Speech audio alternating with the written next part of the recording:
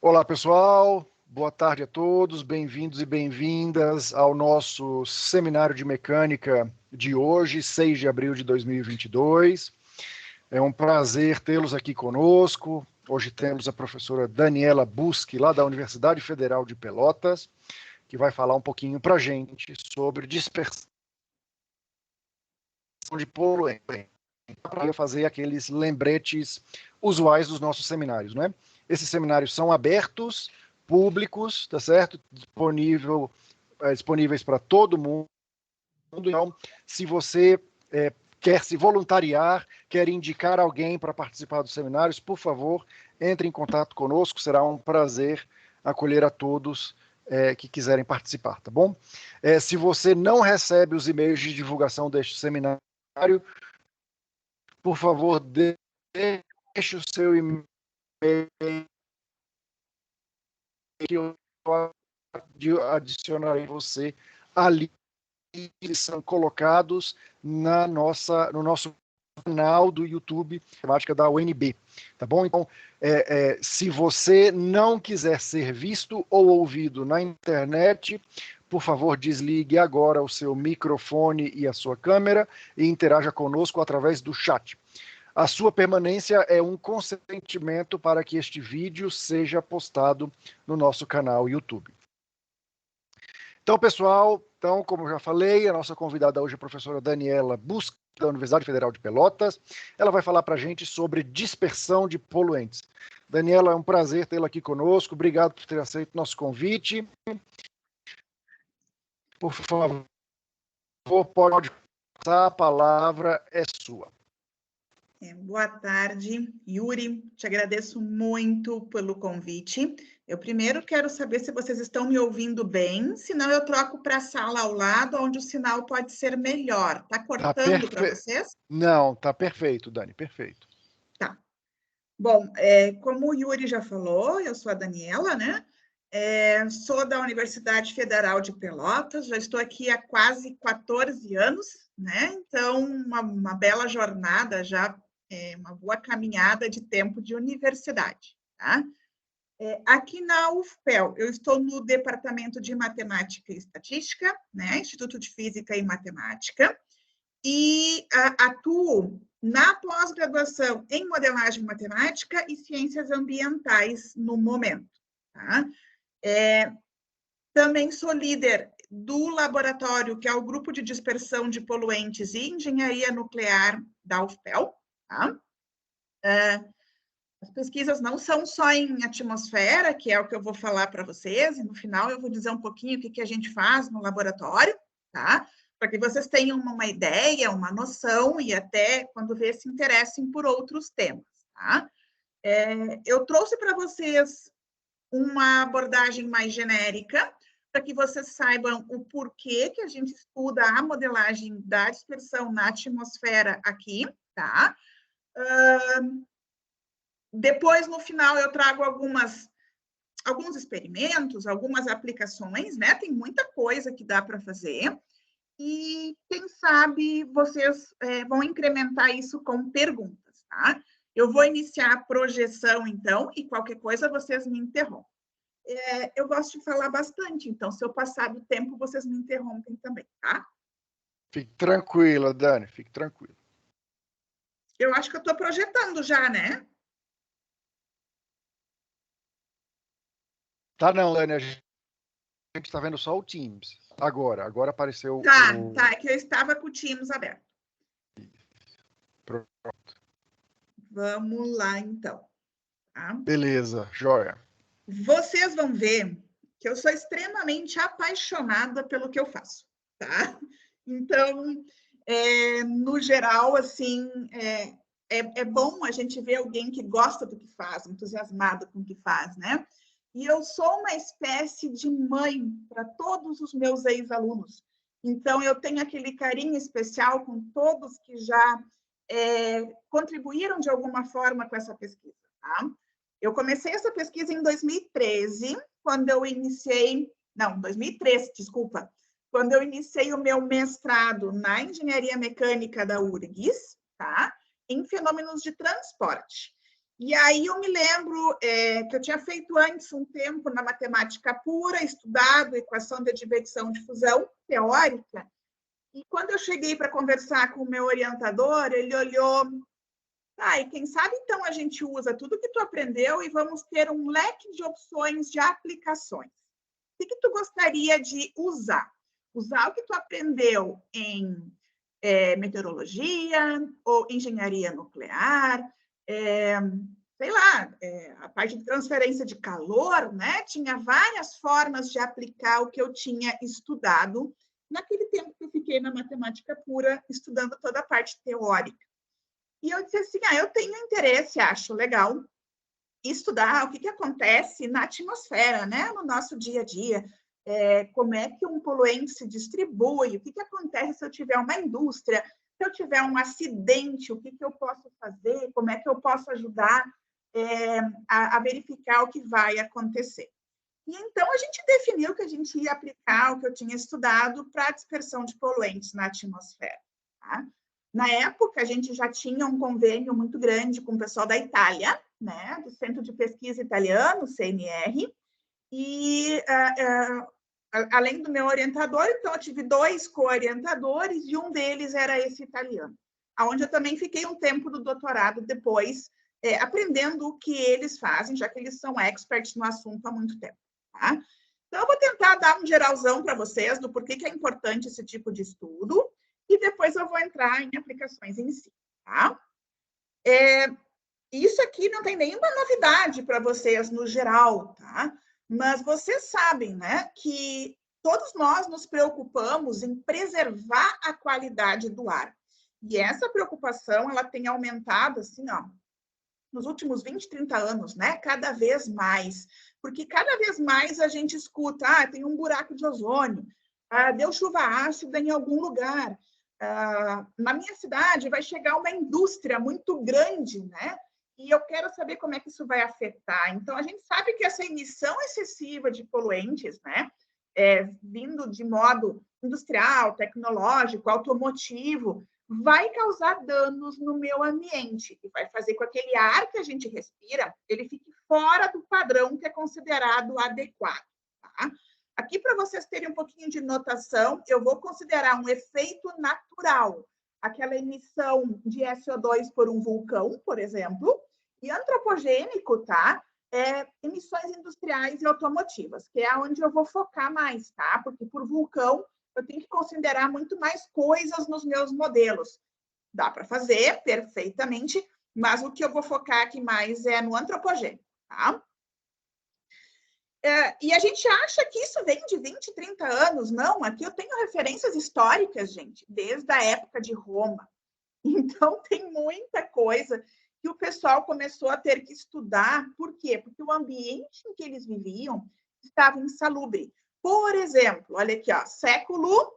Eu estou tentando com o mouse, não sei se vocês enxergam.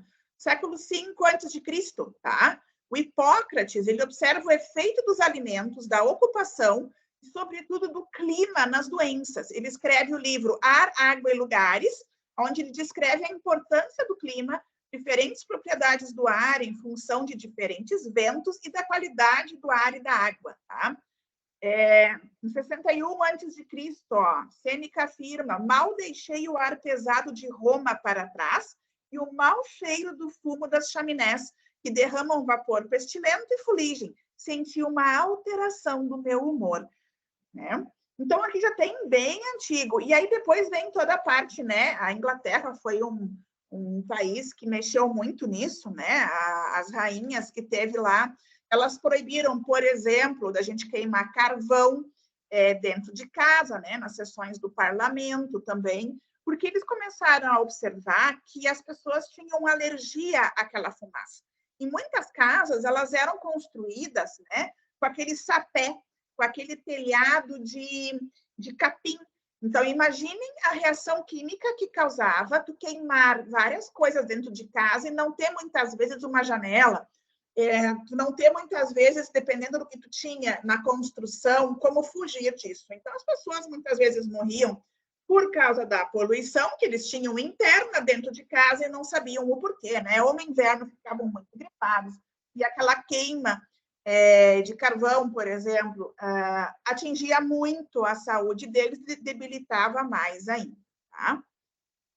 Aqui, ó, as casinhas que eu falo, né, eram casas típicas nas épocas medieval, saxônica, romana, né, casas com telhado que dava bastante problema, então, respiratório.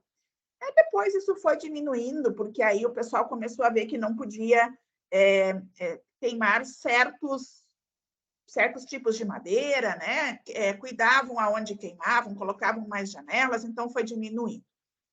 Aqui, por exemplo, aquela poluição que dá nas cidades, né? Quando a gente não tem vento, por exemplo, tem muito carro na cidade, aquela poluição que sai do escapamento do carro, ela fica contida, né, ao nosso redor, e isso acaba incomodando. Se a gente pega qualquer reportagem daqueles países mais asiáticos, a gente já vê que há muito tempo atrás eles usavam máscaras já, né? Não por causa da Covid agora, não, há muito tempo. Por quê? Porque o ar que eles tinham para respirar não era um ar adequado pela grande população que eles tinham. Tá? E, claro, com toda a meteorologia que tem envolvida, causando problemas. Tá? Mais ou menos em 1970, todo mundo começou a falar em aquecimento global. Tá? Foi quando surgiu, então, o protocolo de Quioto, né, que propôs um calendário, né, para os países membros tentarem reduzir a emissão de gases em pelo menos 5,2% em relação aos níveis de 1990. Tá? Isso entre 2008 e 2012. A gente sabe que isso aqui não foi alcançado, né? A gente tem vários relatórios que são do IPCC, que mostram o quanto de aquecimento a gente tem, de projeção até daqui a 100 anos, né? E verifica que isso aqui não mudou muito o que a gente tinha. Óbvio, né? Muda, porque os países têm que se adequar a muita coisa. Mas, de qualquer modo, como a gente tem países também de terceiro mundo, acaba que, como o vento vai levar a poluição para bem longe, a gente acaba que atinge o globo inteiro, né, com a poluição. Mas isso aqui foi quando o pessoal começou a se preocupar mais, assim, teve que fazer alguma coisa ou daqui a pouco a gente não ia mais poder viver por aqui. Então, mais ou menos em 1800, aqui tem uma foto de Londres, ó, olhem a poluição, né? Os prédios também bastante escuros de sujeira de fuligem. Aqui no Brasil, uma foto bem tradicional do que a gente tem, né? As queimadas de cana-de-açúcar, e olhem o quanto de poluição essa nuvem vai carregar de fuligem para cima das cidades e para a população. Imaginem quem trabalha nisso aqui depois, né? Então, a gente começou a entender que a gente tem que estudar e entender o processo da dispersão de poluente para prever o quê? Possíveis consequências do impacto ambiental sobre os diversos ecossistemas. Alguns problemas simples, tá? Média ou longa distância, chuva ácida, transporte fronteiriço, em escala global, o nosso buraco na camada de ozônio. Aqui é um artigo já mais antigo, tem outros mais recentes, mas como eu tinha ele à mão aqui, tá? Uma revista italiana, né, dizendo, em 2013, imaginem como está hoje, tá? 2 milhões de mortes ao ano, elas são dadas devido à poluição atmosférica. Então, vocês estão vendo que tem muita coisa de preocupação, mas como é que as pessoas fazem para estudar essa poluição atmosférica, né? Teoricamente, a gente teria que ter muita grana para instalar medidores, né, estações nas regiões mais poluídas e medir o quanto de poluente a gente teria naquele ambiente. Mas a gente não tem. Então, os problemas quanto à verba, né, os altos custos operacionais, porque a gente não tem pessoas para isso, dificulta as observações de campo. Então, o que é uma saída? Utilizar modelos matemáticos, porque com um modelo matemático, mesmo ele sendo simplificado, a gente tem um entendimento do fenômeno, tá? Que o fenômeno, no caso, que controla o transporte, a dispersão e a transformação físico-química desses poluentes que estão na atmosfera. A gente consegue ter uma ideia do que está acontecendo e consegue dar uma estimativa do que dá para fazer, né? E tentar melhorar. esses modelos, eles permitem o quê? Validar o nível observado de poluentes e a causa e efeito das emissões. Dá para usar para evitar eventos críticos, nem sempre, né? Validar o estado de qualidade do ar, discriminar os efeitos de várias fontes de poluentes. Bom, aí tem uma penca de dados, tá?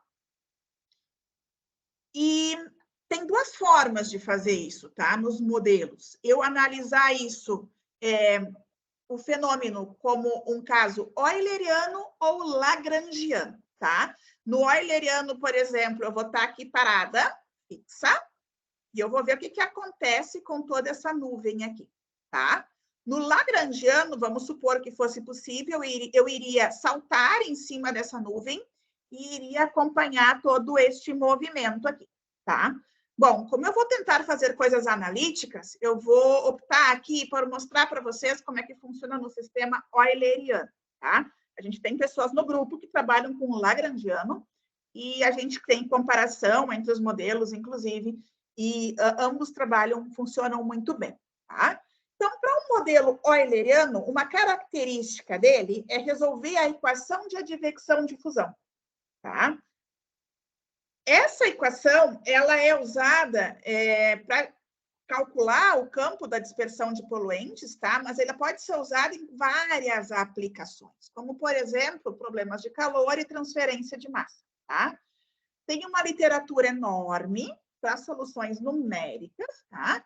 Mas aproximações analíticas, que é o que eu vou mostrar para vocês aqui, são poucas, né? Embora a gente tenha vários artigos, são poucas aproximações analíticas comparado com as numéricas, tá? O que eu falo por analítico aqui? Que nenhuma aproximação é feita durante a derivação da solução, tá? Eu até posso ter alguma inversão numérica, mas não na aproximação da minha solução. Aí depois, tá? Num segundo episódio. E também quero dizer que soluções analíticas aqui no caso, tá? Elas são de fundamental importância para entender e descrever um fenômeno físico. Por quê? Porque eu consigo analisar tudo que tem dentro do meu problema, tá? E se eu tiver algo muito complicado, eu posso usar, inclusive, essa solução como um chute inicial num modelo numérico, né? Porque como a solução analítica é para casos bem tranquilos, assim, um domínio regular, né? Por exemplo, eu poderia usar essa solução que eu obtenho com uma analítica e jogar de input num código ou num modelo muito elaborado, desses de previsão do tempo, por exemplo, tá? Que vocês veem na televisão todos os dias, tá? Qual a grande vantagem? Ele iria rodar muito mais rápido, porque a condição de entrada ela já seria algo calculado, né? Algo fácil de se ter. Só para vocês, fazendo alguns parênteses, para vocês terem algumas ideias. Você tem alguns artigos, até mais antigos, tá? De soluções que tem na literatura para problemas de dispersão de poluentes totalmente analíticos, tá? Esses trabalhos aqui, em geral, que caem nos modelos gaussianos, tá? Em geral, o que a gente tem neles? Perfil de vento, coeficientes de difusão constantes, lineares e simples, tá? Exceto em problemas estacionários. Mas a gente quer sempre tentar reproduzir o nosso fenômeno o mais próximo possível da realidade, tá? Então, a gente começou lá pelos anos 2000, mais ou menos, aqui no Sul, né? A desenvolver modelos não gaussianos, onde esses perfis de vento, coeficientes de difusão, passaram a ser dependentes de distância, de altura, assim por diante, e cada vez incrementando mais o problema. Quando eu falo em difusão e advecção, o que vocês têm que pensar? Pensem que vocês têm um cano com água, por exemplo, tá? Essa água está correndo ali, vocês vão largar uma anelina ali dentro. Essa anelina, né? A água está correndo, a anelina vai junto com o fluxo da água. Então, eu estou tendo ali uma advecção, né? Uma velocidade da água, por exemplo, se a gente pegarem melhor. E o que seria uma difusão? Assim como ela está se deslocando, ela também está abrindo, né? Ela vai acabar que aquele concentrado de anelina aqui no início, ele vai se tornar homogêneo de acordo com a passagem do tempo. Tá? Não sei se eu consigo mostrar isso para vocês assim, sem estar com uma figura. Tá?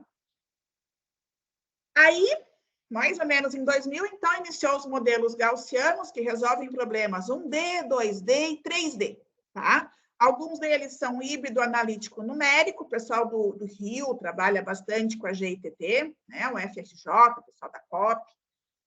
Aqui no Sul são os outros métodos que a gente desenvolveu, então. Este aqui, eles têm sim que a camada limite nossa vai de 0, aqui a gente está pisando até, sei lá, 3.000 metros, dependendo da condição, né? E esses modelos aqui, eles estratificam essa camada em várias camadinhas para conseguir resolver, né?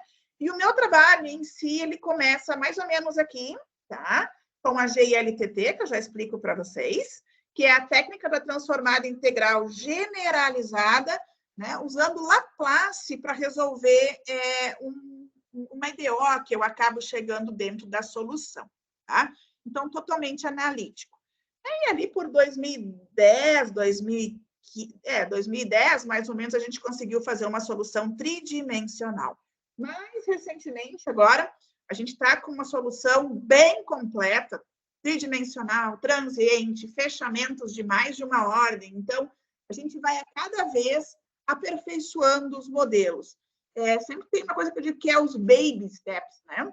A gente pega um modelo para resolver analítico, começa do mais simples, e para tentar incrementar ele, vai acrescentando termos, né? Acrescentando pedaços e tentando com que a solução caia na anterior, de forma que eu consiga fazer isso o mais fácil possível. E assim a gente foi indo, então, quase 20 anos para conseguir chegar numa solução bem completa. Tá? Aqui algumas produções que eu fiz parte desde 2000, tá? Então, são mais de 100 artigos, livros e capítulos, e muitos trabalhos em eventos. Não tem como colocar tudo aqui, só alguns que foram os mais iniciais, assim, mais importantes, para vocês terem ideia de como a gente desenvolveu legal essa área nos últimos anos. Também não vocês devem estar estranhando, né, o meu sotaque. Bom, sou do Sul, então vocês já sabem que é impossível eu não ter um sotaque, tá? Então, qual é o objetivo que eu vou ter para vocês aqui? Eu vou mostrar uma solução geral para vocês, sem dar todos os detalhes, porque não daria tempo, que vai ser uma solução combinando técnicas integrais, né, e o método GILTT, e eu vou investigar um problema de modelar a dispersão de poluentes na atmosfera. Então, é algo mais ou menos assim, como uma chaminé que eu vou fazer para vocês, tá? Aqui, para vocês terem uma ideia de onde a gente está se localizando, tá? Aqui a gente tem o planeta Terra, tá? A camada limite planetária é a camada que a gente vai fazer as simulações todas desse modelo, tá? Ela vai mais ou menos de 0 até 3 quilômetros, 3.000 metros de altura, tá? De noite pode chegar a 30, 40 metros, mas na hora do meio-dia, no pico do sol, isso aqui pode chegar até 3 quilômetros, tá? E aqui, mais ou menos, como a gente separa essa camada limite planetária, que é o que a gente vai utilizar, ao longo do dia, né? Ao longo de 24 horas. Então, a gente sempre tem de manhã, o sol nasce, aquece o solo e vai começar a fazer com que as termas trabalhem, né? Então, eu vou ter uma camada que vai chegar ali no meio-dia, né? No seu topo, uma camada de mistura, uma condição convectiva, tá? Vai anoitecer, o sol vai baixar, eu vou ter uma região de interface aqui, que é bem pouco estudada, né? Que é o decaimento da camada limite planetária, e vai ser quando não é nem dia e quando não é nem noite, e depois eu vou ter a noite, vou ter uma camada, aqui uma residual e aqui uma estável noturna, tá? Essa aqui é a altura da nossa camada limite de noite. Olhem de dia como ela é alta, tá? Então, a gente tem todo um ciclo aqui, tem toda uma meteorologia envolvida, uma física envolvida, tá? Só para vocês terem ideia de como funciona isso. Aqui está a altura, está até 2.000, mas isso aqui pode ir até 3.000 metros, tá? Só para vocês se situarem no local. E aí eu mostro para vocês a equação geral tridimensional para um fechamento de primeira ordem, tá? Vocês vão dizer, tá, mas tem muita coisa antes de chegar nessa equação. Tem, tá? Vocês já devem ter ouvido falar de Navier-Stokes, devem ter ouvido falar em equação da continuidade. Então, tudo isso é usado para chegar nessa equação da advecção de fusão, tá? Tem simplificações que são feitas para poder trabalhar na atmosfera, tem termos que levam a problema de fechamento da turbulência, e aí a gente usa a lei de Fick para poder chegar nessa equação, então isso é chamado um fechamento de primeira ordem. Depois eu mostro uma mais completa que tem de segunda ordem, tá? Mas então, de partida para nós aqui, essa aqui é a equação que a gente vai usar, que é um sistema euleriano, equação de advecção de fusão tridimensional transiente. Então, o C sempre é concentração. Aqui eu tenho um termo que é o meu tempo, 3 variáveis de advecção, responsáveis por empurrar o meu poluente, então, direção X, Y e Z, né, U, V e W. E aqui nós temos os 3 termos responsáveis por difundir o meu poluente na atmosfera, na direção X, Y e Z. Esses são os coeficientes de difusão. E aqui eu tenho o termo fonte, onde eu posso inserir outras informações do modelo, como deposição, reação química, né, decaimento, várias coisas eu posso colocar de informação aqui nesse S, nessa fonte, tá?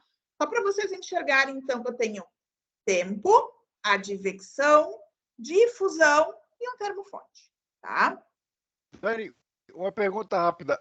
Você, nesse caso aí, as velocidades U e W, você entra como dados, não é isso? Ou você resolve Navier-Stokes para poder resolver U, V, W e depois calcular a advecção de fusão da C? Depende, tá? Teve no pós-doc do Regis, tá? Que é o meu esposo, a gente fez a solução de Navier-Stokes calculando esses termos, tá? Para poder usar aqui no modelo. Então, depende da abordagem que a gente faz. Aqui no que eu vou mostrar para vocês, eu vou mostrar entrando com dados, tá? Com dados medidos de experimentos, por exemplo, tá? Entendi. Mas se eu tivesse uma estação meteorológica que me desse esses dados em full time, né? Eu poderia, em tempo de a toda hora, ter como é que está o meu poluente, tá? Com esses dados entrando no modelo diretamente. Isso aqui são funções que dependem da altura, por exemplo, altura e distância, pode depender do tempo, tá? Esses Ks aqui podem depender de X, Y, Z e T, depende do que eu estou trabalhando, tá? Em geral, o que se faz? Esse cara aqui, que é o meu U em X, né? Como eu geralmente vou orientar todo o meu sistema em X, tá? Eu vou supor que o meu vento está sempre na direção X. Então, esse cara aqui vai depender da altura, em geral, né? Esses dois aqui vão ser números, em geral, e esse aqui só vai me dizer se a minha pluma está subindo ou descendo, basicamente, porque ele é a altura, né? Em Z. E estes caras aqui, o normal, o pessoal resolve eles constantes, tá? A gente que faz variável, mas o normal é depender só da altura, tá? Então, aqui acaba que ele ficaria constante, aqui também, né? Porque não depende de X e Y. E aqui é uma regrinha da cadeia simples para abrir, né? Produto aqui, tá? Mas a gente tem problemas aqui que depende daí de o que tu vais abordar. Aí sempre muda alguma coisa. Por exemplo, se eles forem coeficientes temporais, tá? Aí tu vai chegar num problema que vai ter que lançar a mão de outras técnicas antes de aplicar Laplace, por exemplo. Vai ter que usar decomposição de Adomian, por exemplo, né? Então, para cada problema que a gente tem, a gente chega num pepino, literalmente, tá? E aí, de acordo com o que se quer, se resolve. Legal. Tá? Eu sempre vou tentar mostrar o mais tradicional para vocês, mas sempre fiquem cientes que dá para fazer todas as variações possíveis, tá? Esse aqui seria, então, a nossa equação. Aqui estaria, olha o meu domínio, bem quadradinho, tá? Vamos supor que isso aqui é o meu domínio. Tá? Então, eu vou ter condições retangulares aqui. Não vou precisar aplicar, por exemplo, elementos finitos ou coisas assim para calcular o meu domínio, tá? Então, vamos supor que a gente vive nesse quadrado, tá? Para todo modelo, vocês sabem que tem que ter uma condição inicial. Eu vou supor, tá, que no início eu não tenho poluente nesse meu complexo aqui, tá? Isso aqui é uma indústria. Essa indústria tem uma fonte que vai largar poluente continuamente, tá? Então, esse poluente aqui, ó, na simulação aqui ele para, tá? Mas pensem que isso aqui é contínuo, mas também pode ser puffs, tá? Vocês podem solta, para, solta, para, solta, para, tá? Pode ser segmentos também, solta, fica mais tempo parado, solta, então depende do que tu queres abordar, tá? A gente faz qualquer um deles aqui também, tá? Modelos a puff, modelos segmento e modelos contínuos, tá? Basicamente, o que essa condição de fonte quer dizer? Quer dizer que a menos desse ponto aqui, em x igual a 0, tá? O único lugar que eu vou ter poluente é aqui, que ele vai começar a sair aqui, né? Da altura da fonte. Então, em x igual a 0 e y igual a 0, que vai ser o meu y0 aqui, o meu poluente vai estar somente aqui, na altura da fonte, e ele vai ser emitido com uma taxa Q, tá? E eu tenho o meu vento, obviamente, aqui empurrando isso aqui em x, tá?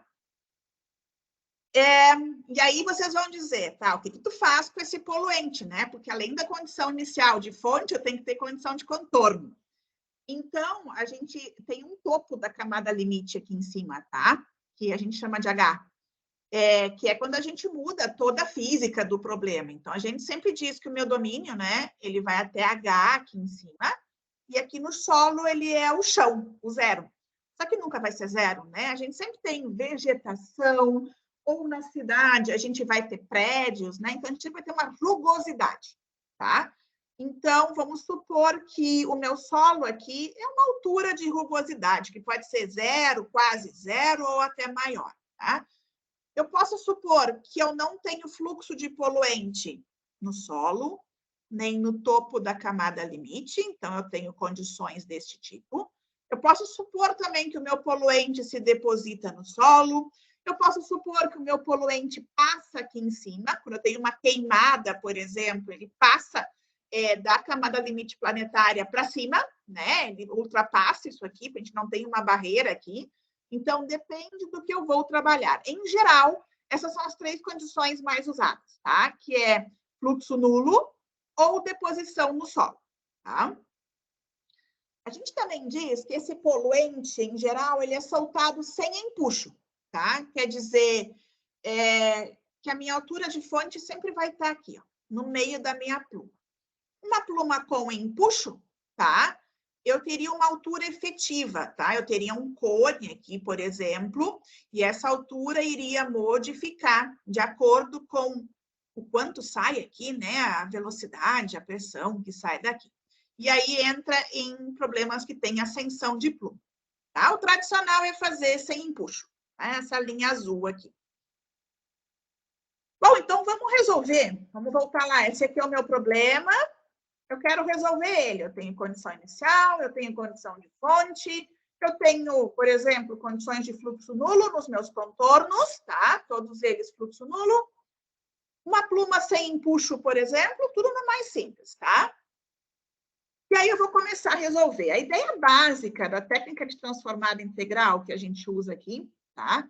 Ela começa expandindo a concentração desse poluente numa série, tá? Usando como base autofunções de um problema de Sturm-Liouville. Então, eu vou dizer que é um somatório de uma concentração, né, que eu vou ter que determinar, vezes uma autofunção que vem de um Sturm-Liouville. Isso aqui eu determino, se vocês já fizeram equações diferenciais, eu não sei se é mestrado, graduação aqui, mas na graduação vocês veem equações diferenciais, né, e aí depois vocês aprendem a calcular os problemas de Sturm-Liouville. Então, nesse caso, como eu tenho condições de contorno de fluxo nulo, né? Isso aqui tem tabelado, é tranquilo, né? Tem no OSISIC, para quem usa, problemas tabelados de acordo com a condição de contorno. Esse aqui é um deles, tá? Aonde isso aqui, então, é a autofunção, é um cosseno, e os meus lambda m são os meus autovalores, tá? Ly é uma distância em y, tá? Então, eu vou pegar essa expansão e vou jogar lá no problema original. Quando eu jogar lá e tomar momentos, ou seja, integrar isso, né, fazer todo um procedimento que é chamado de tomar momentos, eu vou chegar numa equação desse tipo, tá? Bem grandinha. Onde cada um dos termos aqui, ó, alfa beta, gama e eta são dados por expressões desse tipo, por matrizes, tá? Você não tem MN aqui, né? Então, tem matriz. Por simplicidade, eu também não estou colocando aqui normalizado, tá? Então, eu teria que dividir por norma, né? Propriedades de norma, de organização, assim por diante, iria dificultar o slide, tá? Suspendendo o tamanho da equação. Isso aqui para um fechamento de primeira ordem, um problema bem simplesinho, tá? Aí vamos simplificar mais, né? Vamos ilustrar para vocês um problema tridimensional, tá? Onde eu vou dizer que V e W, quer dizer, minhas velocidades em Y e Z são nulas, que eu não tenho vento fraco, tá? E que em Y a minha difusão é constante em Y. Então, ela fica constante lá naquela derivada cruzada. Então, eu teria uma equação bem simplesinha assim, tá? Como essa aqui para resolver. Ainda tenho tempo, tenho advecção, tenho difusão aqui e aqui, tá? Então, esse é um problema que a gente diz que é bidimensional transiente, tá? Eu resolvo como? Eu já simplifiquei, né? Já tirei o 3D, porque eu tirei aqui o X, tá? Então, aqui eu tenho X, Y, Z e tempo. Aqui eu estou botando que é 2D transiente, mas é 3D transiente, tá? Eu botei errado aqui. Como é que eu resolvo isso? Eu aplico Laplace, aplico GLTT noutra variável, e depois eu aplico Laplace de novo, e quando eu aplico Laplace, eu tenho que inverter, né? Quando eu apliquei, tem que voltar para o que eu tinha antes, tá? Mas é a forma de resolver. Esse artigo de 2009, que é o estudo da arte da técnica GLTT, resume bem várias equações que a gente resolveu com a técnica até aquela época, tá? Dani, uma pergunta rápida. Volta lá no slide do seu domínio da imagem. Por que você escolheu escrever o problema de Sturm-Liouville, né, sua série de Fourier, na direção Y? Não, é em Z. Ela é porque está em Y. Tá não, está em Y, tá? Desculpa. Y. É porque é 3D, tá? Eu estou falando Z porque o Z é o bidimensional, tá? Porque eu primeiro aplico em Y, tá? Foi uma escolha que a gente fez pelas condições de contorno que a gente tinha. E sabe por quê? Porque a gente fez os tais dos baby steps, né? E o bidimensional era um problema de X, Z e T.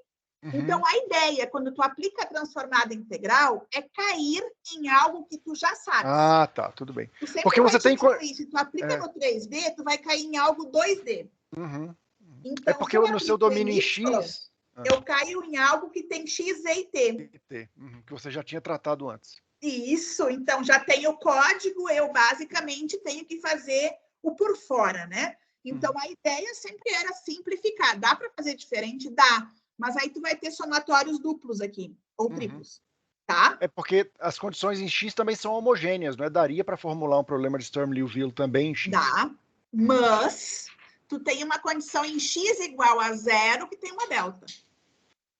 Tem a condição de fonte em X igual a 0, tu só tem homogêneo no limite, longe. Em 0, tu tens uma condição de fonte. Para mim, a fonte estava interna ao domínio, ela é na fronteira. É na fronteira. Não, então agora entendi. Beleza. Tá? E de qualquer modo, até daria para fazer no meio, tá? Só que aí eu não poderia, eu teria que aplicar Fourier. Exato. Tá? Porque eu teria que ter o poluente indo para as minhas costas, por exemplo, né? Tá, dá para fazer. Tá? Dá para fazer tranquilamente. Mas aí é aplicado Y, que quando eu aplico em Y aqui, né? Faço a expansão em Y, o meu resultado, olha aqui, ó, é algo que só depende, é bidimensional mesmo, é que eu não estava olhando aqui dentro, de X, Z e T. Então, como eu apliquei a transformada integral em Y, eu caí em algo que eu sei fazer. E aí eu já sei que tem solução analítica também, tá? A gente teve pessoas no grupo que resolveram direto, tá? Até com 3 somatórios. Mas aí o código demorava muito. Era bem complicado, tá? E aí caem problemas que o pessoal do Rio resolve. A gente aqui sempre tentou fazer Sturm-Liouville fáceis de ter solução analítica, tá? Mas dependendo da condição de contorno que eu tiver, eu não vou ter uma solução analítica para isso aqui, eu vou ter que fazer numérico. tá? Entendi, entendi. E se eu tiver uma condição de contorno não homogênea, ainda posso resolver. É só homogeneizar ela usando filtros. Exato. Tá? Então, vamos adiante. Então, aqui, basicamente, eu já sabia como resolver, tranquilo. Então, agora, só para vocês terem uma ideia, esse aqui seria o mais geral, bidimensional, tá? O 3D, para vocês terem uma ideia, tem quase 60 termos a equação em segunda ordem, tá? Eu vou ter uma dissertação agora. Um ex-doutorando que hoje faz pós-doc resolveu fazer outro mestrado. Aí eu olhei para ele, tá, cara, tu já fez tudo. Então, agora tu vai para a segunda ordem no teu problema do doutorado e vai defender o mestrado, então, já que quer fazer outro. Ele me enviou o texto dele, 2 páginas de equação. Caramba. Tá?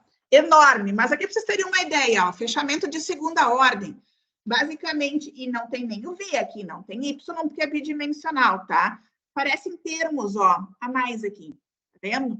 E são termos que levam em conta updrafts e downdrafts na atmosfera, aquelas termas de calor que sobem e descem na atmosfera, tá? E termos de relaxação também. E olha aqui, ó, olha os termos que começam a complicar. Termos cruzados aqui, tá? Então, é cada vez mais difícil quanto mais informação tu coloca. Mas aí, o que é o legal, né? Que nem eu falei antes, quando tu simplifica, tu tem que cair no que tu tinha antes. Então, por exemplo, se eu fizer os termos não locais irem a zero, tá? Todos esses termos somem, tá? Então, eu caio num fechamento de primeira ordem, ó, porque eu tirei primeiro os não locais, que tinha o beta, e depois os de relaxação, que tinha os tal. Então, eu caio no problema lá em cima, o que sobrou, ó, no que eu tinha no fechamento local, tá? Na lei de Fick. Aí, por exemplo, se eu considerar que a minha advecção é muito maior que a minha difusão em X, tá? Então, eu vou ter problemas de vento forte, tá? Ou vento norte até, que é o que a gente tem bastante em várias regiões do Brasil, né? Aquela ventania doida. Então, estes termos eu consigo tirar. Tudo que é termo que tem KX, tá? E cai em problemas que a gente consegue resolver. Se, por exemplo, ainda, além de ter o vento mais forte, eu tirar ventos de segunda ordem, caio num problema mais simples do que eu tinha antes para vocês, que não tem vento fraco, tá? Se eu quiser algo estacionário, é só colocar o meu tempo indo para infinito, tá? E eu vou ter uma solução para R igual a zero, tá? E ainda eu posso ir tirando, ó. Tem vários artigos aqui, eu posso ir desprezando termos até chegar em problemas bem simples. E esse aqui é um dos mais simples que a gente tem. Isso aqui foi minha dissertação de mestrado, tá? E aí, Dani, deixa eu te interromper. Deixa eu te interromper agora, que tem uma pessoa querendo perguntar. GC? Oi, então tem uma pergunta, porque se você voltar na página anterior, no slide, com as equações gerais, etc., tem um termo no lado direito da equação que é um termo de derivada temporal segunda. Sim. E, obviamente, se você adiciona esse termo num sistema que, teoricamente, só tem uma condição inicial, você meio que muda completamente o sistema. Inclusive, você vai precisar de outra condição no tempo, né? Como é que você lida com isso? Sim, mas é que eu não coloquei todas as condições aqui. Isso aqui é só um exemplo do geral para vocês verem, tá? Sim, a gente tem condições no tempo, tá? Mais, tá? Aí tu vai ter condições para lidar com isso aqui. Porque tu vai ver daqui a pouquinho, tudo isso aqui cai em matrizes, tá? E aí, esse termo aqui, esse tal aqui sempre é constante, tá? Tu consegue, quando tu expande a concentração em série, tá? Eu vou tentar voltar aqui. Quando tu faz a expansão aqui, ó, tu vai ter termos derivados e tal. Então, acaba que aquela segunda ordem vai ficar aqui dentro nessas formas de escrever a concentração, tá? Então, é tranquilo de resolver, tá? Se tu chegar a baixar a minha tese, lá tem, tá? Tem como a gente faz, tá? Ok. Vou tentar voltar para onde eu estava. Bom, o problema mais simples, então, que a gente teve é esse. E por que eu sempre gosto de mostrar esse, tá? não é porque foi o primeiro que a gente fez, mas uma coisa que chama atenção, que quando ele foi feito, isso em 2005, tá? Foi publicado nesse artigo aqui, minha tese é de 2004, tá? A gente publicou em 2005. O revisor disse o seguinte, mas isso aí é tão simples, tá? Não tem sentido fazer. E aí vem aquela pergunta, se é tão simples, por que até 2005 não tinha publicado com uma técnica como a gente fez, tá? Então, isso serve de motivação para muitos trabalhos, tá? Não importa o quão simples é o teu modelo, não importa o quão simples é o método que tu está propondo. Se ele não tem na literatura, é porque até aquele momento ninguém sabia fazer daquela forma, tá? Então, não sintam que às vezes uma coisa que vocês fazem, vocês acham que é simples, tá? Porque às vezes pode não ser. Porque uma vez que a gente sabe fazer, é simples. Para mim é simples fazer aquele 3D, mas porque eu mexo com isso há muito tempo. Para alguém que olha, vai dizer, Jesus, como é que eu começo isso aqui? Tá? Então, isso é importante a gente mostrar, porque todo mundo saiba que tudo que a gente faz de pesquisa é importante. Tá? Por mais simples que seja, sempre tem uma importância. Tá? Uma vez que tu tem a solução, claro que eu não mostrei aqui as matrizes, toda a função, né? Se vocês olharem a equação geral, vamos pegar essa aqui, que não está riscada, tá? Tem esses termos, né? U, W, Kx, Kz. Esses termos são informações da física do meu problema que eu vou colocar dentro do meu modelo, tá? Até esse ponto, tudo que eu fiz, eu tenho segurança, porque é modelo matemático, é solução matemática, tá? Teoricamente livre de erro, tá? Exceto aproximações que tu faz em integração e algo assim, tá? Mas vamos supor que está livre de erro. E aí, eu vou colocar o erro, né? Eu vou ter que trazer informações da minha natureza, por exemplo, e colocar dentro do meu código. Então, eu tenho que ter o que a gente chama de parametrização da turbulência, tá? E a escolha dessa parametrização, ela é de fundamental importância, tá? Que nem eu digo aqui, do ponto de vista físico, uma parametrização da turbulência é uma aproximação da natureza, no sentido que os modelos matemáticos recebem uma relação aproximada que substitui um termo desconhecido, tá? Então, eu vou ter que jogar isso no modelo. Essas expressões não somos nós que fazemos, o pessoal da física faz isso muito, né? E da Meteoro. Tem um grupo aqui na Federal de Santa Maria muito forte nessa área, tá? E eles trabalham diretamente conosco.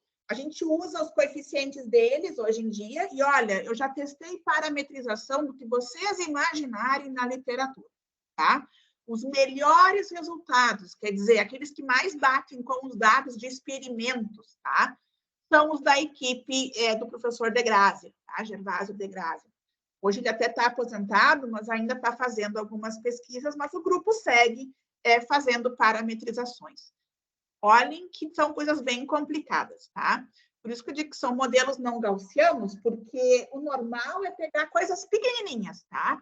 Tipo, até aqui, do 0,22 até o Z sobre H, aqui nessa última expressão. Expressões bem simples, tá? Mas a gente sempre quer o máximo de informação da turbulência.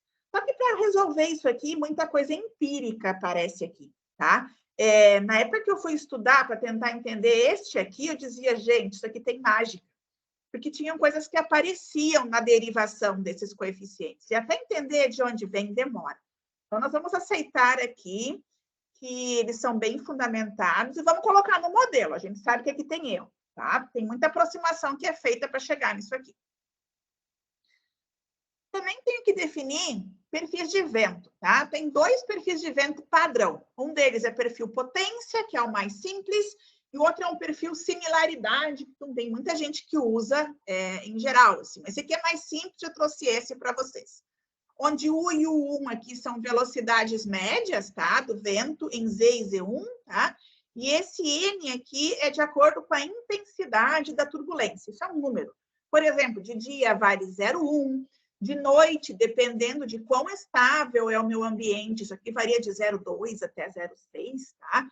Tem uma penca de artigos só para definir esse cara aqui, tá? A gente usa basicamente os artigos do Irving aqui na derivação para tentar entender um pouquinho disso aí, tá? Tem bastante física envolvida.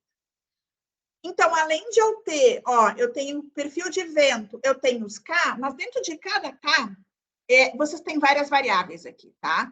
Vocês têm altura de camada limite, que é H. Vocês têm velocidade convectiva, vocês têm velocidade de fricção, que é o U estrela. Vocês têm comprimento de Moninho-Bukov, tá? Estão dentro dessas fórmulas aqui, eles não aparecem direto para vocês, porque estão dentro das fórmulas, tá? Dessas funções que aparecem aqui. Vocês têm inúmeras outras variáveis, tá? De meteorologia, no caso de micrometeorologia, tá? Porque é bem local. E isso são dados que são coletados em experimentos, tá? Eu também posso obter esse dado por modelos de mesoescala, tá? Hoje, WRF, MMFI, são vários modelos que se tem para obter dados, tá? São modelos usados em previsão do tempo. Só que a gente sempre tenta, primeiro, validar o modelo com um experimento. Por quê? Porque o teu modelo é analítico, então tu vai comparar com algo experimental. Se tu validou ele com experimento, aí tu pode tentar comparar com outros analíticos e depois tentar com numéricos, né? E ver se bate. Mas tu valida ele através de experimentos. Então, um aqui que a gente usa muito, experimento de Copenhagen, tá? Eles soltaram um hexafluoreto de enxofre de uma altura de 115 metros. Era a hora do meio-dia, mais ou menos, então fortemente convectivo. Ao nível do solo, em 0,6 metros, eles coletaram esse poluente. Mais ou menos 1 hora, o poluente começou a ser liberado, né? E depois de 1 hora começaram a coletar em arcos. Eu não sei se eu tenho a figura aqui, não. É tipo arcos concêntricos, tá? Então, eles coletaram, sei lá, em 1.000 metros, 2.000 metros, 6.000 metros, tá? Foi até 6.000 metros. Eles coletaram. Durou 1 hora a coleta, tem 10% de imprecisão, tá? 9 experimentos e 23 dados. Tá? Esse é um experimento de fonte alta, então, fortemente convectivo. Outro experimento que todo mundo usa para validar modelos, né? Isso aqui, quando eu digo todo mundo usa, existe um kit de validação de modelos atmosféricos, tá? E o pessoal do EPA, lá dos Estados Unidos, né? Environmental Protection Agency, tá? Da parte ambiental, e o pessoal do NOAA, eles criaram um pacote, que um modelo, para ser bom, ele tem que reproduzir os experimentos padrão que eles têm, tá? Esse aqui, então, foi feito, é um experimento de Praire-Gress, também está bem descrito em artigos, também de dia, mas uma fonte de altura bem pequena, dá para pensar aqui até como se fosse um escapamento de um automóvel, tá? O poluente foi coletado a 1,5 metros do solo, então acima da minha fonte, né? Tá vendo uma rugosidade bem pequenininha, pense num campo de futebol, assim, bem flat, e com um pouquinho de grama, né? Aonde foi medido, tá? Também posicionaram arcos até 800 metros do local de liberação e tem 20 experimentos e 100 dados. Os antigos, eu digo antigos, porque isso que foi feito na década de 60, né? O pessoal que fez já se aposentou no pessoal dos Estados Unidos e hoje estão revendo esses experimentos e aprimorando eles, tá? Com dados que na época não se conseguia ler, mas que agora, com os equipamentos que tem, conseguem ler. Tem outros, tá, gente? Eu só peguei 2 para vocês terem uma ideia. O que eu tenho que analisar, então, nesse modelo, para vocês conseguirem acompanhar? Primeira coisa, eu tenho que ver se ele converge, né? Então, vamos pegar o mais simplesinho aqui, tá? Advecção, difusão, só X e Z. E eu tenho um somatório nessa solução, né? Um somatório. Eu tenho que truncar ele em algum momento, senão eu vou ficar rodando e não vai chegar, né? Tá? Então, eu já passei do meu tempo, mas eu vou tentar ir lá. Vocês me interrompam qualquer coisa. Observem aqui, ó. Quando eu tenho mais ou menos 20 autovalores naquele somatório, eu já estou praticamente convergindo, tá? Já tenho uma homogeneidade na minha concentração de poluente. Quer dizer que eu já consegui chegar naquele ponto em que não vai mudar mais muito o meu resultado. De qualquer modo, tudo que eu vou mostrar para vocês tem 100 autovalores, tá? Quer dizer que a concentração já estava bem convergida, tá? Outra coisa que se faz bastante, tá? É gráficos de espalhamento. Então, aqui eu tenho concentração que o modelo prevê e concentração observada num experimento, tá? Aqui, se fosse um modelo perfeito, eu teria todos os dados em cima dessa reta de 45 graus. Obviamente, o experimento tem defeito, né? Tem imprecisão. Os modelos sempre têm algum erro, né, de aproximação, seja no dado de parametrização da turbulência, seja no código, assim por diante. Mas o que se considera um modelo bom? Um que consiga deixar o dado experimental dentro de um fator de 2, tá? Que é essas linhas de fora aqui. Tá? Indicam que o teu modelo está adequado e representando corretamente o dado do experimento. Mas quanto mais próximos os dados são dessa reta central, melhor o teu resultado, tá? Para vocês se localizarem. E aí, vocês também podem avaliar um modelo por dados estatísticos, tá? Para ver a capacidade do teu modelo de representar um dado observado, tá? Aí tem valores padrão, né? Erro quadrático médio, correlação, inclinação, desvio, né? Isso aqui são resultados do nosso modelo, por exemplo, um modelo puramente gaussiano, aquele que tem tudo constante, e o modelo de camadas, né? Que a gente comparou. Tá? Os modelos se equivalem, né? Tem um erro próximo de 0, inclinação e desvio próximo de 0, correlação e fator de 2 próximos de 1, tá? Em geral, o modelo que a gente usa, ele tem resultados ou muito similares aos modelos da literatura ou melhores, tá? Aqui eles estão bem próximos, porque esse experimento aqui é bem fácil de reproduzir, tá? Outra coisa que a gente sempre quer ver num modelo matemático, tá? A gente quer conhecer a distância da fonte, aonde eu vou ter um pico máximo de concentração. Por exemplo, vem uma indústria para a minha cidade e eu quero saber, daquela altura da fonte da chaminé, qual é a distância que eu posso começar a ter casas, tá? Para que a minha população não seja atingida.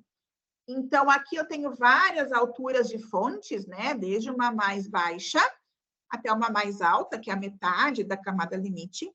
Observem, isso aqui é a mais baixa, tá? Quanto mais próximo da minha fonte, isso é meio óbvio, né?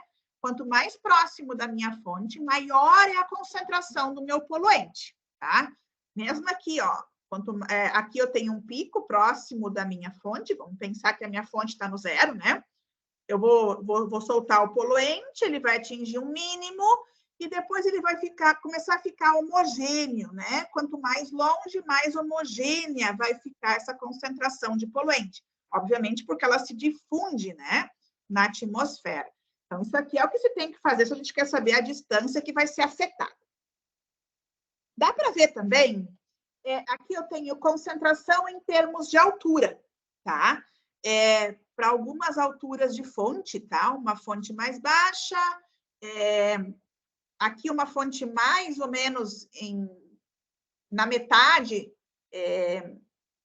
na altura da minha fonte, essa aqui, basicamente, tá? Olhem aqui, ó, para várias distâncias, tá? Para 3 distâncias adimensionais, mais perto da fonte e mais longe. Mais perto da fonte, olha aqui, ó, eu tenho esse pico pronunciado aqui, né? Então, essa é a concentração máxima nessa distância. Então, eu tenho bem pronunciado. Quanto mais longe da minha fonte, mais homogêneo o meu poluente já está, né? Então, eu tenho uma tendência de homogeneizar essa poluição conforme eu aumento a minha distância, tá? Então, tem 3 casos padrão aqui, tá? Esses é o que a gente sempre faz, tá? Gráficos padrão. Eu também tenho como ver em 3D aqui, né? O meu máximo aqui de concentração de um poluente. Pertinho da fonte, bem pertinho, eu sempre tenho problemas de fenômeno de Gibbs, então eu sempre vou ter alguma instabilidade, né? Mas aí depois eu tenho um máximo e ele vai se homogeneizando, tá? Eu tenho um máximo e homogeneiza. Isso aqui quando depende do tempo, tá? GLTTG, porque isso aqui é um problema bidimensional, e o tridimensional é obtido pegando um Y homogêneo, tá? Uma gaussiana em Y. Isso aqui é uma aproximação muito boa, aliás, que faz o código 3D rodar rapidinho, tá? E reproduz praticamente o mesmo que a gente tem num 3D, que leva, às vezes, mais de hora rodando, tá? Quando eu digo rapidinho, aqueles primeiros resultados ali são segundos que eu mostrei para vocês, tá? Mas quanto mais informação se põe no modelo, mais tempo demora. A gente tem códigos que levam até quase 6 horas rodando, tá? Para ter toda uma simulação. Aqui, se eu botar a simetria, né, o termo W, por exemplo, ele me mostra, aqui eu não teria W, tá? Aquela a diversão em Z, ele mostra com um W negativo, eu tenho um comportamento descendente da minha pluma de poluente, eu vou atingir o solo mais rápido. Um W positivo, a minha pluma primeiro vai subir para depois descer, tá? Aqui, eu tenho informação, só de exemplo, de um fechamento de segunda ordem, tá? Quando que ele é importante, né? Um fechamento de segunda ordem, isso é uma informação a mais da turbulência, porque eu tenho updrafts e downdrafts, tem que ser experimentos diurnos, tá? Porque de noite não tem essas termas. Então, por exemplo, eu tenho aqui a concentração que eu tinha, né? Concentração por distância, e aí, com a simetria negativa e positiva, né, eu consigo diminuir estes picos ou aumentar estes picos de concentração. Então, depende de como está a minha física, a minha turbulência no dia, né? Esse meu pico é maior ou é menor por causa dessas termas que eu tenho. Né? E depende também da altura da minha fonte. Este comportamento, por exemplo, não é o mesmo que eu observo aqui. Tá? Então, para uma fonte alta, eu tenho uma influência maior de uma assimetria negativa, tá? É uma fonte baixa, uma assimetria positiva, e longe da fonte, né, aqui atrás, ó, essas bolinhas e esses quadrados são o dado experimental, tá? Quer dizer, o meu modelo se aproximaria mais do experimental numa fonte alta, com assimetria negativa, e numa fonte baixa, com assimetria positiva. Mas longe da fonte, os modelos se equivalem, tá? E aí vocês vão dizer, mas eu quero ver a aplicação, né? Porque só experimento não me adianta. Todo mundo aqui lembra de Fukushima, eu imagino, né? O acidente que deu lá na usina nuclear de Fukushima Daiichi em 2011, tá? No terremoto que deu. A gente simulou isso aqui, a gente foi um pedido que a gente recebeu para fazer a simulação, né? E a gente conseguiu simular, aqui tem todo o vídeo, aqui vocês têm a ilha, né? Fukushima fica mais ou menos aqui assim, tá? E isso aqui é como estavam os vetores velocidade no dia do acidente, tá? Então, o acidente aconteceu num período estável, né, de noite, e de noite a gente sabe que as termas não são tão grandes, então o poluente demorou um pouquinho mais para se dispersar. Mas se fosse de dia, teria ido muito mais longe aquele poluente radioativo, tá? Então, aqui, por exemplo, tem duas figuras com as isolines, tá? No dia 12, daí, depois do acidente, às 8 da manhã e às 16 horas, tá? Isso aqui foi obtido com dado vindo do WRF, que é o Weather Research Forecast, tá? Que é um modelo que gera os dados de previsão do tempo. E daqui a gente tirou aqueles U, V, W, todos aqueles coeficientes que eu preciso, e o nosso modelo. Às 8 da manhã, a gente tem uma concentração do poluente bem próximo da fonte aqui, tá? E aí, esse aqui é a fonte máxima, tá? Ocorreu antes disso aqui, um pouco antes disso aqui, umas horas antes, e aí depois o poluente começa a se dispersar de acordo com esses vetores de vento, tá? Às 4 da tarde, aquele máximo que estava aqui de concentração, ele já tinha se deslocado, tá? Então, ele já veio para esse ponto, nesse caso, se eu não me engano, ele estava em cima do oceano, este ponto, aí depois as termas se viraram e foi para cima do continente, tá? Ô, Dani, mas se fosse tá tão simétricozinho isso para esse campo de velocidade, por que isso? Não, mas é que aqui a gente tem linearizado, né? Obviamente não fica tão simétrico assim, tá? É só para ter ideia de como é que as isolines se moveram, tá? Esse software centro, aqui, né? ele lineariza, tá? Ele faz retinho, só para a gente ter a ideia do valor da concentração, pensando numa coisa mais simétrica, tá? É só porque nesse range aqui, esse valor se mantém, tá? Aí vocês também podem pensar numa outra situação prática, lançamento de foguetes, né? A gente tem Alcântara. Então, o foguete, quando ele é liberado, tá? Isso aqui foi um projeto de defesa nacional que a gente ganhou para fazer a simulação dessa nuvem aqui. Essa nuvem aqui embaixo Quando o foguete sai, ela vai subir, né? Vai se estabilizar, né?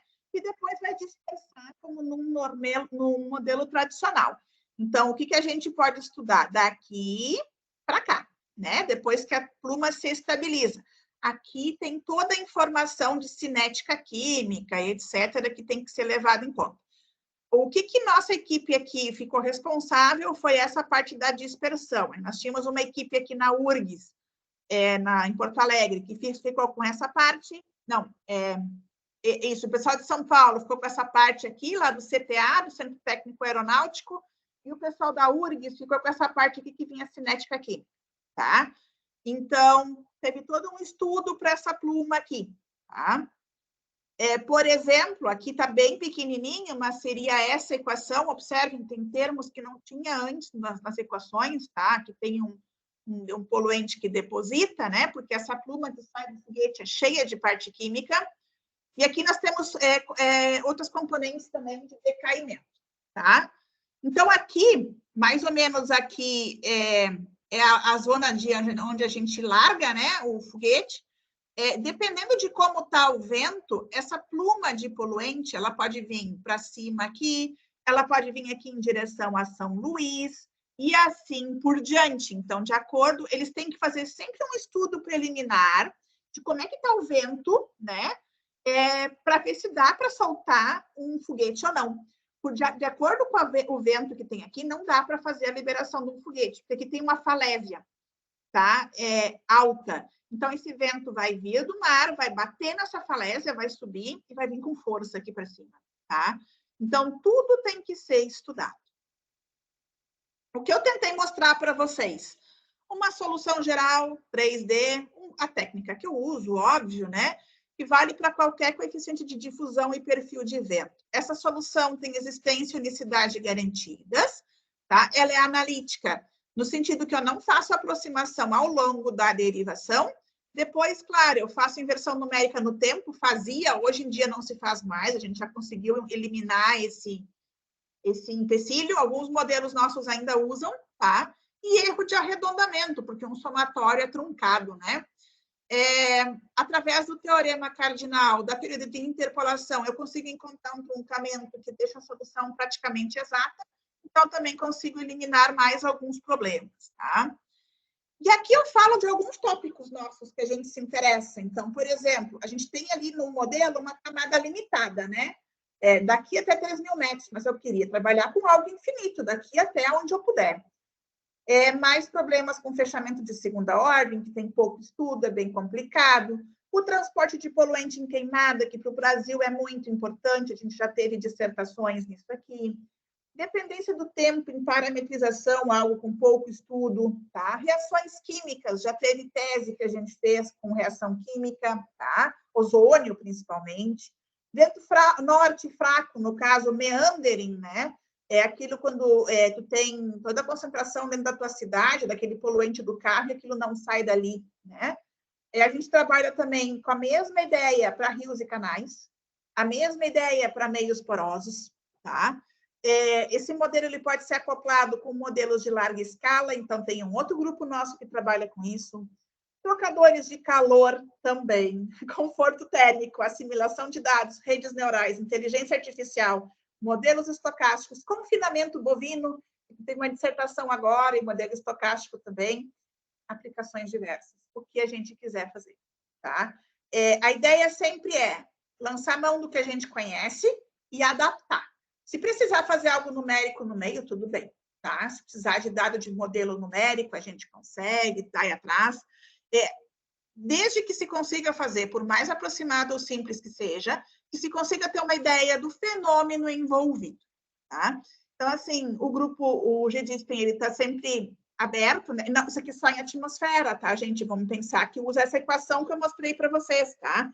A gente tem todo o pessoal que trabalha com combustão, né? Com a parte mais numérica de Navier-Stokes mesmo, né? Tem combustão, a parte de química, a parte de esses poluentes renováveis, né? Que chega até no etanol, e esses tipos de elementos. Então, depende do que a gente tem interesse, tá? Tem um grupo também que trabalha com rompimento de barragens, alagamento, né? Águas rasas, só que aí envolve coisas mais numéricas, tá? Esses aqui que eu coloco para vocês, dá para fazer com as técnicas e metodologia que eu mostrei aqui para vocês, tá? Desculpem eu ter me alongado um pouquinho. Vocês já viram que eu me deixo levar? Então, mas estou sempre à disposição aí para responder vocês. Foi ótimo, Dani. Muitíssimo obrigado. É muito legal a gente ver alguém assim falando com esse entusiasmo aí, né? De que, como você falou no começo, realmente é apaixonada pelo que faz. Muito joia. Sim. Então, agora, dúvidas, perguntas, sugestões, discussões, estamos abertos aí para perguntas. Então, enquanto alguém se prepara, aí o pessoal se prepara, eu vou fazer uma pergunta. Eu tenho umas perguntinhas, mas eu vou pegar tecnicamente aqui para depois a gente vai conversando. Você Vamos mostrou, ver Dani, se eu sei responder, né? que isso, Lembrem, que isso. todo pesquisador tem que dizer Claro. sempre, ser humilde e dizer, se eu não souber responder, eu vou te enviar por e-mail. Beleza, não. Mas é tranquilo, eu acho. Volta lá naquele slide, Dani, que você mostrou. Eu acho que você estava mostrando o resultado bidimensional e você estava querendo mostrar a influência da altura da pluma de lançamento dos poluentes, não é? Eu acho que você queria ver o pico máximo, né? A distância em que você pode botar as casas. Foi o exemplo que você mencionou. Tá. Uma coisa que me chamou atenção ali... Quer que eu bote o slide? Não, né? Seria legal, seria legal. Vamos tentar. Tá, vai falando. Eu percebi que para um determinado H, para a maioria dos Hs, tinha um máximo bem definido. Mas para uma altura pequena não, porque é muito alto. Eu precisei cortar, porque senão vocês não iam enxergar o gráfico. Ah, pois é, aí, aquele que tá, esse aí. O anterior. Esse. Tá vendo que a curva que tem estrelinha, ela só sobe. É porque a concentração máxima está aqui em cima, tipo em 30, tá? E ela desce. Se eu deixasse ela para vocês não iam enxergar essas aqui, que iam ficar muito pequenininhas. Talvez tenha que pensar em log, tá? Né?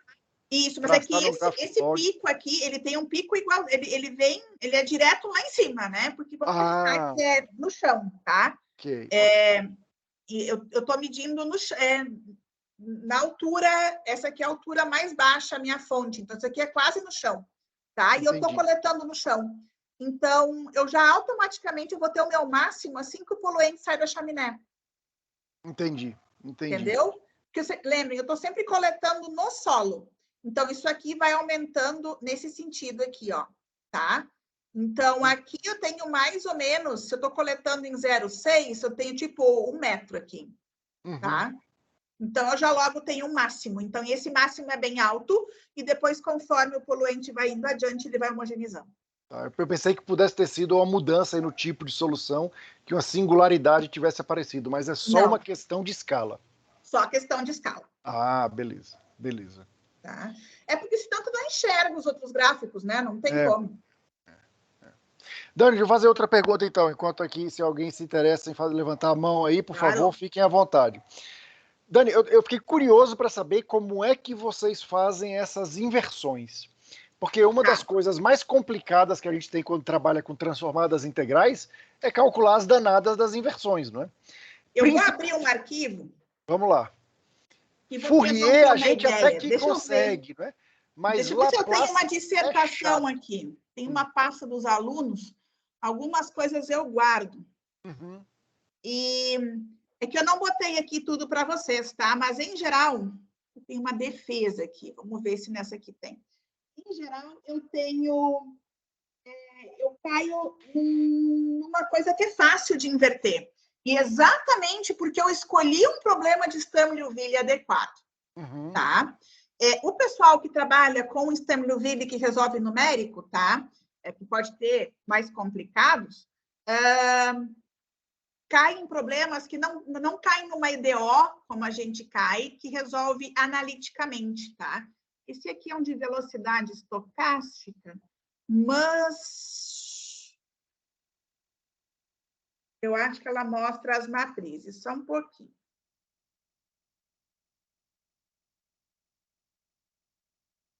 Esse aqui foi um modelo, no caso, segmento, ó. Não vai ter as matrizes aqui. Deixa eu ver.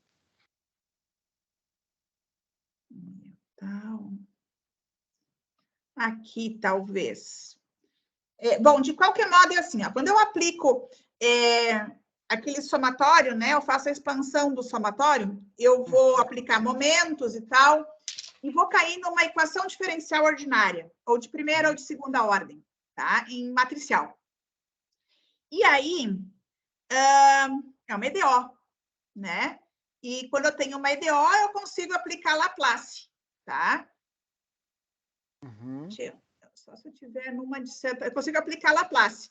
E aí eu caio num termo, nesse caso mais simples, por exemplo, uma exponencial dessas tabuladas, tá? Que tem inversão numérica, inversão tradicional... Tabelada, analítica. Isso, analítica, tá? Todas que nós tivemos até hoje dessa inversão analítica, sempre, tá? Mesmo para velocidades que dependiam de velocidades e difusividades que dependiam de x, y. Sim. Que isso é quando aparecem os problemas, né? Porque aqui, ó, esse aqui é um que cai numa EDO de segunda ordem, tá? Aqui tem vento fraco, tá? E aí eu tenho que fazer redução de ordem antes de poder resolver. Porque isso aqui, ó, esses termos que tem aqui dentro são matrizes. Então, acaba que vai sair um número, né? Depois. Então, aqui, ó, eu vou mostrar para vocês como é que está a inversa aqui. Aqui vai aparecer. Aqui, ó, eu tenho uma EDO, tá? De segunda ordem, eu reduzo a ordem, nesse caso aqui, porque tem vento fraco, aí cai em redução. Eu caio num sistema de equações para resolver em bloco, tá? É o caso mais complicado que a gente tem quando tem vento fraco, cai em matrizes em bloco, mas eu caio numa EDO tradicional. G e F são constantes ou são funções? Matrizes. Matriz. Mas tá? De matriz de números ou matriz de funções? De integrais que vão cair em números depois, porque eu vou ter que colocar todos os valores. Tá? Então mas tá, são funções, né, dentro da integral. Mas como eu vou lá no início do código, eu vou dar todas as minhas variáveis, então eu consigo resolver isso aqui, essas matrizes todas, tá? Aí eu caio numa EDO de primeira ordem, tá? Essa EDO de primeira ordem vai cair numa matriz assim, ó. Diagonalzinha. Esse termo aqui, ó. Tá? E isso aqui eu sei inverter, né? Então, porque isso aqui eu consigo, quando eu inverto, eu consigo escrever assim, tá? É Si mais D na menos 1, e isso aqui tem inversa analítica. Sim. Tá? Vou tentar tirar daqui. Vou ver se ela aparece aqui, ó. Tá aqui minha inversa, tá? Então, como eu sempre tento cair no que eu já tive, né? No que eu já sei fazer, eu sempre vou cair aqui.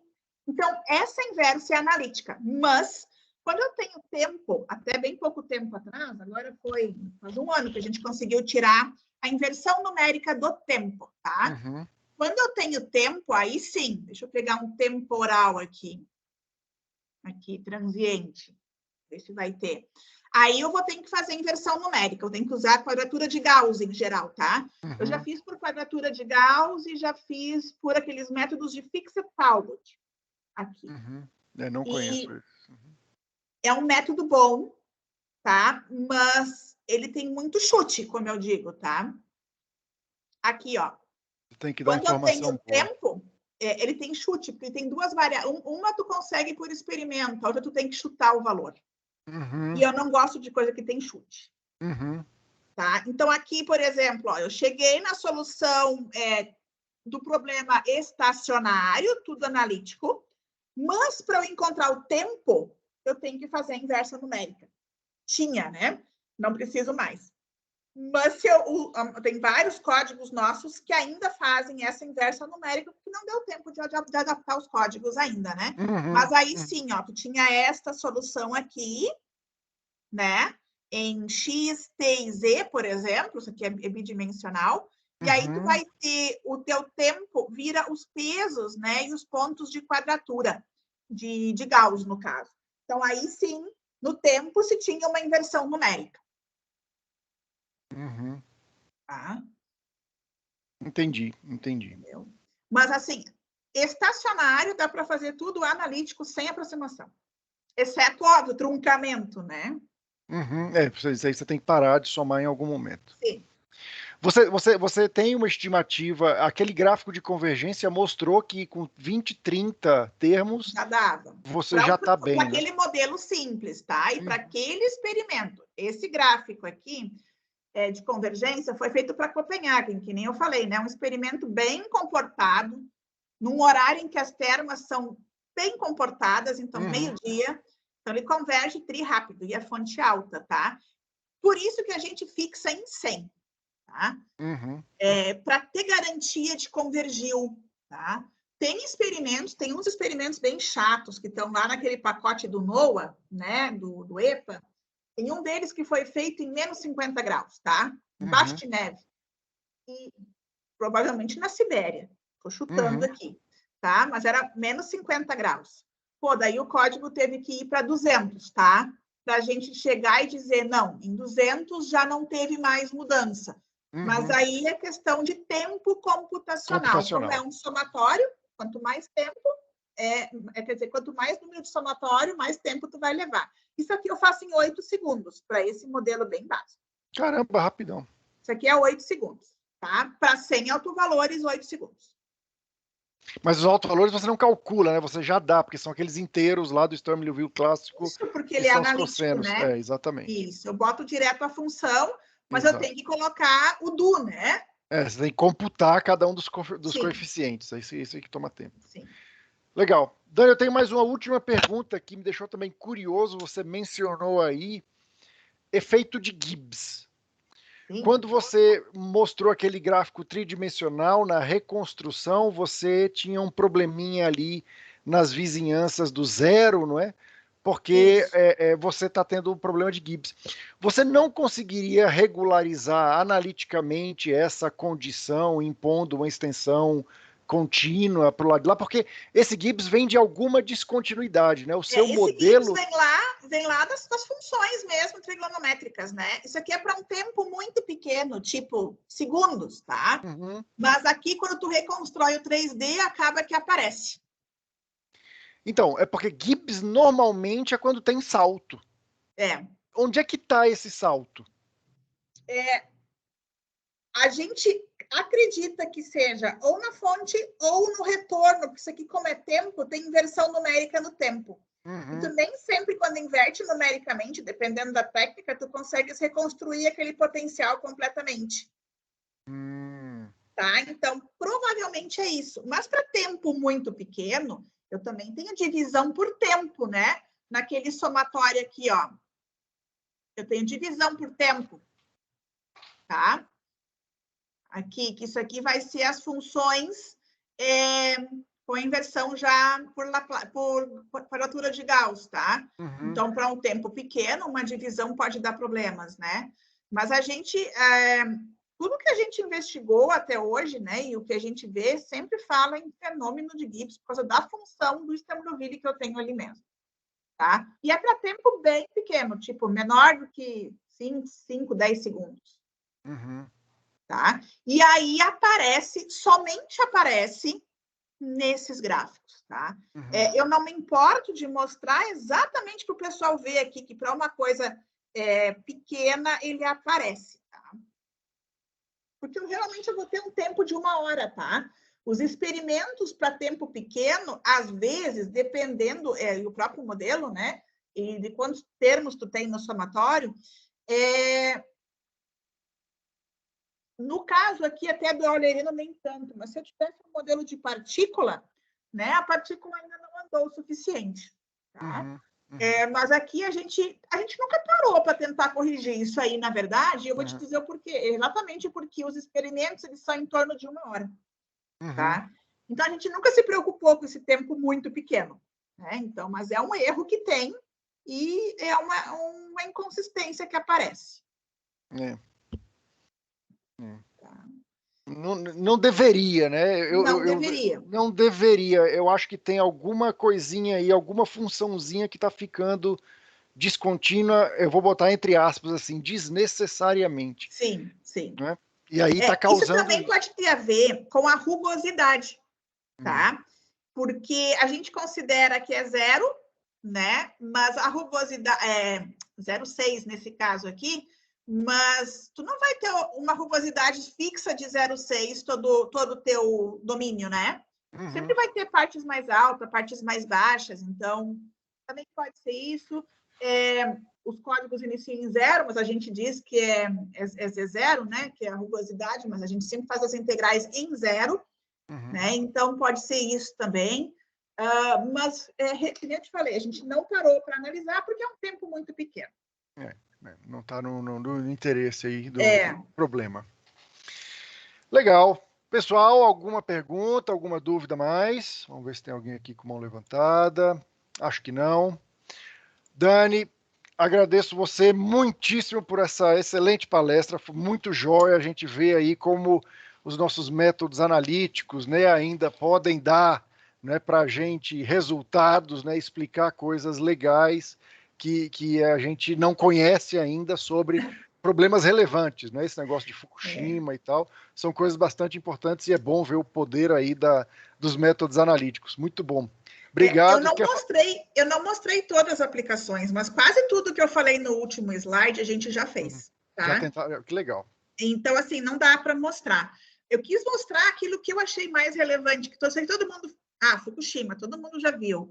Lançamento de foguete, todo mundo vê na televisão, né? Pois é. Mas aí, se tu parar para pensar, se eu boto uma variável estocástica no meu modelo, né? Que a gente já fez também, eu já trago mais realidade ainda para ele, tá? Eu posso usar Monte Carlo, por exemplo, acoplado.